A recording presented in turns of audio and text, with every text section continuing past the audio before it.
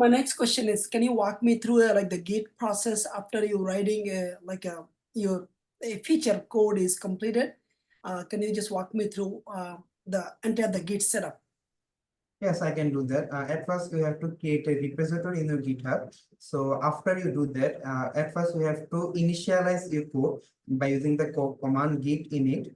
Then you have to use this command git add dot.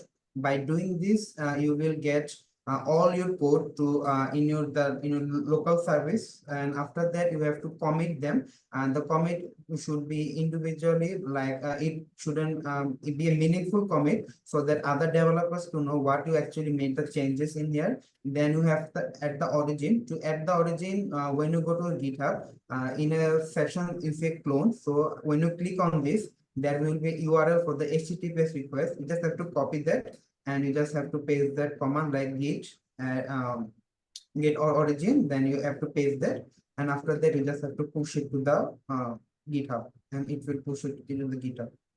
Got it. Okay.